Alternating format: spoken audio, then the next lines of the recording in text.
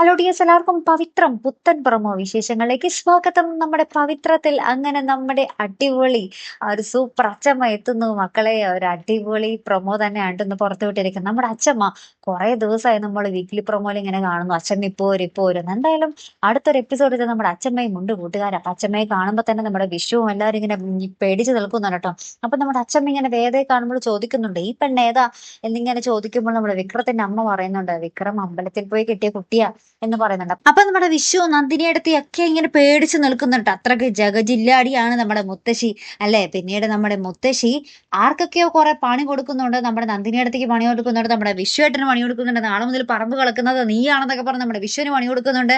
പക്ഷെ ഒരാൾക്ക് മാത്രം നമ്മുടെ മുത്തശ്ശിയെ കാണുമ്പോൾ ഭയങ്കര സന്തോഷോട്ടോ. ആരാണത്?